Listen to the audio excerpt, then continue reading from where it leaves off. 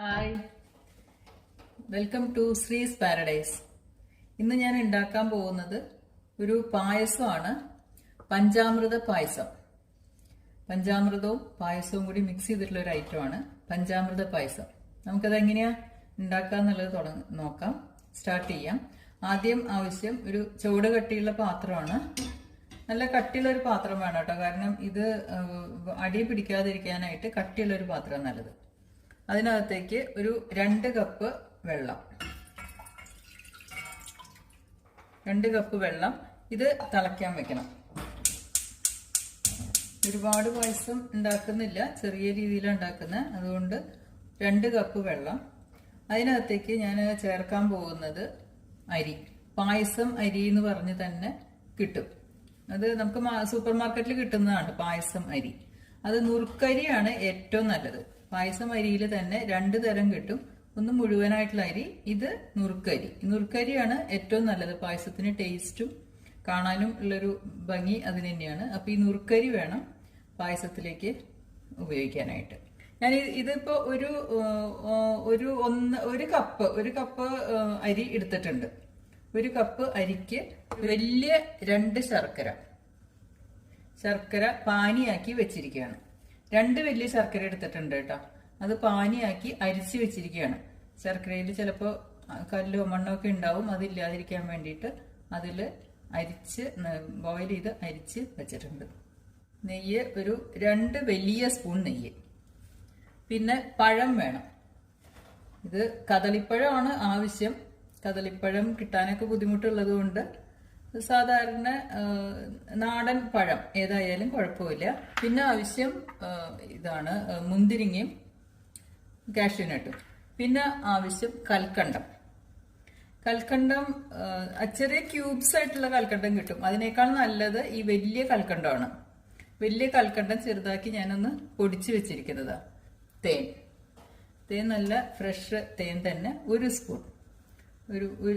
ഒരു സ്പൂൺ മതിയാവും. അതുകൊണ്ടാണ് ശർക്കര 2 കട്ട ശർക്കര ഞാൻ എടുത്തത്. കാരണം നമ്മൾ തേനും ചേർക്കുന്നുണ്ട്. അപ്പം മധുരം അഡ്ജസ്റ്റ് ചെയ്യാൻ ശ്രദ്ധിക്കണം. പിന്നെ ഇതിനകത്ത് ചേർക്കുന്നത് ഡേറ്റ്സ് ഒരു 2 ഡേറ്റ്സ് ഞാൻ കട്ട് ചെയ്ത് വെച്ചിട്ടുണ്ട്. അപ്പോൾ ഏകദേശം തിളച്ച് വന്നിട്ടുണ്ട് കേട്ടോ. വെള്ളം ചൂടായിട്ടുണ്ട്. അപ്പോൾ അതിലേക്ക് അരി ഇടാം.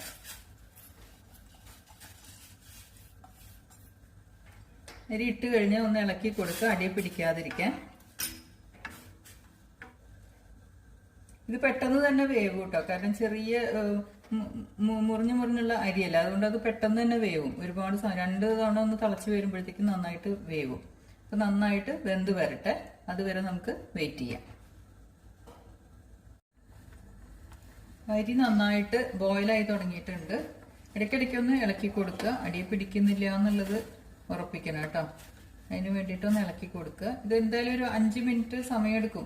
5 തൊട്ട് 7 മിനിറ്റ് വരെ സമയമെടുക്കും വെന്ത് വരാനായിട്ട്. വെന്ത് ഒന്ന് വെള്ളം വറ്റണം. ഇപ്പൊ നന്നായിട്ട് വെന്തിട്ടുണ്ട് കേട്ടോ അരി.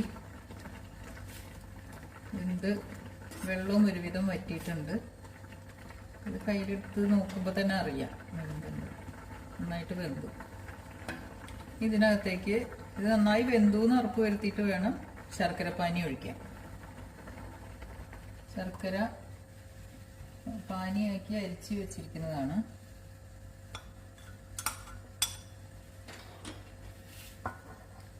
ഈ ശർക്കര പാനിയിൽ കിടന്ന് അരി വേവണം. നന്നായിട്ട് അരിയും ശർക്കരയും നന്നായിട്ട് യോജിച്ച് വരണം. അപ്പൊ കുറച്ച് സമയം എടുക്കും. ഇത് ഒരുപാട് സമയമല്ല, ഒരു 10 മിനിറ്റ് എങ്കിലും സമയം എടുത്തിട്ട് ഇത് വറ്റി വരണം. ശർക്കര നന്നായിട്ട് അരിയായിട്ട് ചേർന്നിട്ടുണ്ട് കേട്ടോ. പറ്റുന്നതും കറുത്ത നിറമുള്ള ശർക്കര തന്നെ എടുക്കാൻ നോക്കുക. അതാണ് എപ്പോഴും നല്ലത്. പിന്നെ ഇപ്പോൾ മാർക്കറ്റിൽ കിട്ടുന്ന ശർക്കര പല രീതിയിലാണ്. ചിലതൊക്കെ വെള്ള കളറൊക്കെ ആയിരിക്കും. പറ്റുന്നതും ഡാർക്ക് കളർ ശർക്കര തന്നെ എടുക്കാൻ നോക്കുക. ഇപ്പം നന്നായിട്ട് വെന്ത് ഈ ശർക്കരയും അരിയും നന്നായിട്ട് യോജിച്ചിട്ടുണ്ട്. നമുക്ക് കാണാൻ പറ്റും ശർക്കര നന്നായിട്ട് ഇതിൽ പിടിച്ചിട്ടുണ്ട്. ഇതിലേക്ക് നമ്മൾ നെയ്യ് ചേർക്കുകയാണ്. ഏകദേശം ഒരു 1/2 കപ്പ് നെയ്യുണ്ട്. കുറച്ച് നെയ്യ് ഉണ്ടെങ്കിലേ ഇതിന് ടേസ്റ്റ് ഉണ്ടാവുള്ളൂ. ഈ നെയ്യും ശർക്കരയും അരിയും കൂടിയും കിടന്ന് യോജിക്കണം. യോജിച്ചിട്ടുണ്ട്. ഇതിലേക്ക് നെയ്യും ശർക്കരയും അരിയും നന്നായിട്ട് പിടിച്ച് ശരിക്കും നെയ്യ് പായസത്തിൻ്റെ രീതിയിൽ എത്തിയിട്ടുണ്ട്.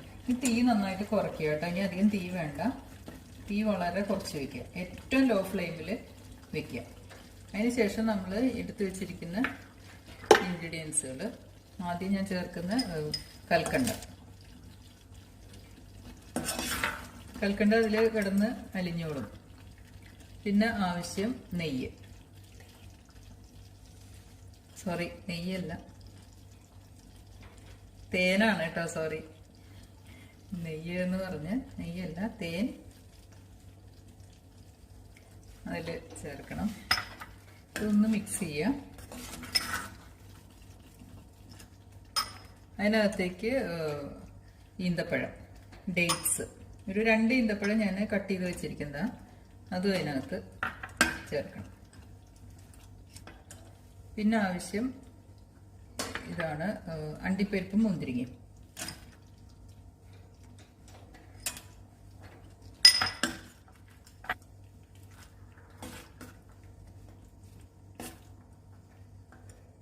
ഇത് ഓഫ് ചെയ്യാം. ഇപ്പൊ ഇത് നന്നായിട്ട് പായസമായി വന്നിട്ടുണ്ട്. നന്നായി യോജിച്ച് എല്ലാം നെയ്യും ശർക്കരയും എല്ലാം നന്നായി യോജിച്ച് അത് വരട്ടി വന്നിട്ടുണ്ട്. നന്നായി വരട്ടി വന്നിട്ടുണ്ട്. ഇനി ഇത് നമുക്ക് ഓഫ് ചെയ്യാം. ഇനി തീയിൻ്റെ ആവശ്യമില്ല. ഫ്ലെയിം ഓഫ് ചെയ്ത് വെക്കാം. ഓഫ് ചെയ്തതിന് ശേഷം പഴം, ചെറുപഴം ഞാൻ പറഞ്ഞില്ലേ, ആ ചെറുപഴം ഇതിനകത്തേക്ക് ചേർക്കുക. ഇനി നന്നായിട്ട് മിക്സ് ചെയ്യുക. തീ ഓഫ് ചെയ്തു കേട്ടോ, അത് മറക്കരുത്. ഒരിക്കലും അത് ബോയിലാവേണ്ട കാര്യമില്ല പഴം ഇട്ട് കഴിഞ്ഞാൽ. ഓക്കെ. ഇനി ഇതിന് സ്മെല്ലിന് വേണ്ടിയിട്ട് സാധാരണ നമ്മൾ കാർഡമം പൗഡർ, അതായത് ഏലക്കായ ചേർക്കും. പക്ഷെ അമ്പലത്തിലെ പായസത്തിന് അവർ ഏലക്കായ അല്ല ചേർക്കുന്നത്. പകരം ചേർക്കുന്നത് കർപ്പൂരമാണ്. നാട്ടിൽ പച്ചക്കർപ്പൂരം എന്ന് പറഞ്ഞ് വാങ്ങാൻ കിട്ടും സൂപ്പർ മാർക്കറ്റിലൊക്കെ. അത് കഴിക്കുന്ന കർപ്പൂരം ഉണ്ട് കേട്ടോ, അത് ചോദിച്ച് വാങ്ങണം അവരുടെ അടുത്ത്. അപ്പൊ അതുപോലെ ആ കർപ്പൂരം ഇതിനകത്ത് ചേർക്കുക. അതാണ് ഇതിന്റെ സ്മെല്ല്. അമ്പലത്തിൽ കിട്ടുന്ന പായസത്തിന്റെ സ്മെല്ല് വരണമെങ്കിൽ കർപ്പൂരം ചേർക്കണം. ആ കർപ്പൂരം ചേർക്കുക എന്ന് പറഞ്ഞാൽ വളരെ കുറച്ച് കാണുമോ എന്ന് എനിക്കറിയില്ല. ക്യാമറയിൽ ക്ലിയർ ആവുമെന്ന് വിചാരിക്കുന്നു. വളരെ കുറച്ചേ വേണ്ടൂ. കാരണം ഒരുപാട് കർപ്പൂരം ആയി കഴിഞ്ഞു കഴിഞ്ഞാൽ കയ്പ്പ് വരും. അതുകൊണ്ട് വളരെ കുറച്ച് കർപ്പൂരം ഇതിനകത്തേക്ക് ചേർക്കുക. അപ്പോൾ ശരിക്കും സ്മെല്ല് അതിനകത്ത് വന്നോളും. ഒരുപാട് കർപ്പൂരം ചേർക്കരുത്. പിന്നെയും പറയുകയാണ്, സ്മെല്ല് കിട്ടാൻ വേണ്ടിയിട്ട് മാത്രം ഒരു നുള്ള് കർപ്പൂരം ഇതിനകത്ത് ചേർക്കുക. അപ്പം നമ്മുടെ പഞ്ചാമൃതം പായസം റെഡി ആയിട്ടുണ്ട്. ഇപ്പോൾ പായസം എല്ലാവരും ഉണ്ടാക്കി നോക്കണം. എൻ്റെ ചാനൽ സബ്സ്ക്രൈബ് ചെയ്യണം, ഷെയർ ചെയ്യണം, ലൈക്ക് ചെയ്യണം, കമൻസും നിങ്ങൾ പറയണം. Thank you for watching my video.